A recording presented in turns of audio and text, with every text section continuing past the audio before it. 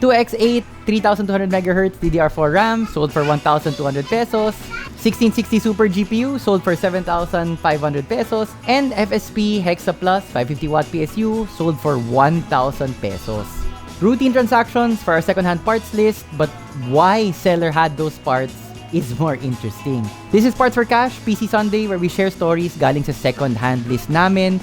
Makikita mo yung list dito. Kung Hardware Sugar customer ka, you can send us any component at kami na ang mag-aasikaso para mabenta. Lahat inaasikaso namin, marketing, pagsagot sa mga inquiry, technical questions about the item, demoing the item kung kailangan, lahat.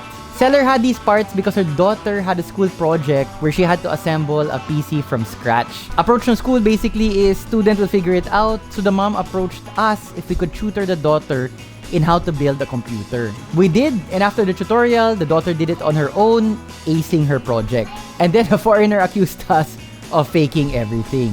No good deed talaga goes unpunished. So masaya lahat. Daughter learned how to build a PC, mom helped her daughter fulfill a school requirement, and the shop helped everyone really. Too good to be true? Not at Hardware Sugar. See you again next week for another PC Sunday.